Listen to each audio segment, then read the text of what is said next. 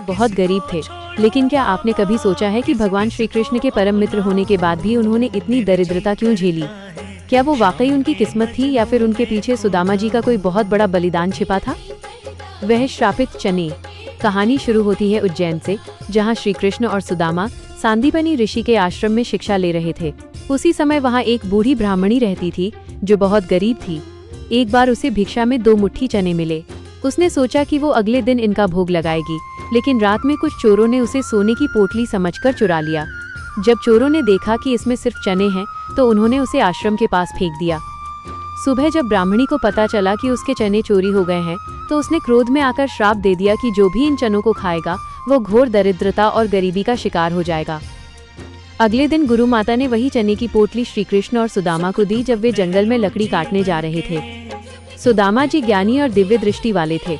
उन्हें तुरंत आभास हो गया कि ये चने श्रापित हैं। सुदामा जी ने मन ही मन सोचा कि अगर मेरे प्रभु श्री कृष्ण ने ये चने खा लिए तो पूरा संसार दरिद्र हो जाएगा, क्योंकि वे ही इस सृष्टि के पालनहार हैं। अपने मित्र और पूरे जगत को गरीबी से बचाने के लिए सुदामा जी ने वो सारे श्रापित चने खुद खा लिए। उन्होंने जानबूझकर गरीबी को गले लगाया ताकि उनके सखा कृष्ण और यह संसार सुरक्षित रहे। तो दोस्तों, सुदामा जी की गरीबी उनकी लाचारी या वो चने की चोरी नहीं, बल्कि उनका अपने मित्र के प्रति निस्वार्थ प्रेम और बलिदान था। उन्होंने दिखाया कि एक सच्चा मित्र वही है जो अपने प्रियजन के कष्टों को खुद पर ले ले।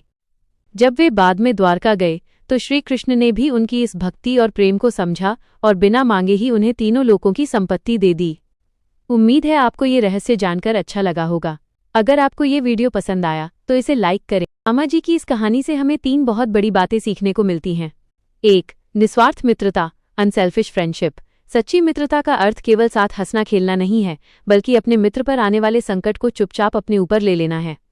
सुदामा जी ने यही किया। 2. त्याग और धैर्य, सैक्रिफाइस और पेशेंस। सुदामा जी जानते थे कि चने खाने से उन्हें गरीबी झेलनी पड़ेगी, फिर भी उन्होंने जगत के कल्याण के लिए त्याग चुना। वे कभी अपनी गरीबी से परेशान नहीं हुए और न ही कभी कृष्ण से कोई शिकायत की। 3.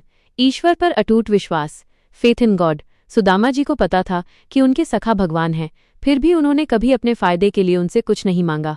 और अंत में देखिए, भगवान ने बिना मांगे ही उन्हें सब कुछ दे दिया। ये कहानी हमें सिखाती है कि जब हम दूसरों के भले के लिए कुछ त्याग करते हैं तो ईश्वर स्वयं हमारे दुखों का भार उठा लेते हैं। अगर हम अपनी नीयत साफ रखें और कर्म करते रहें तो फल की चिंता करने की जरूरत नहीं है। ऐसी ही और भी रोचक और धार्मिक कहानियों के लिए हमसे जुड़ें और चैनल को सब्सक्राइब करें। वीडियो पसंद आया हो तो अपनों के साथ शेयर करें।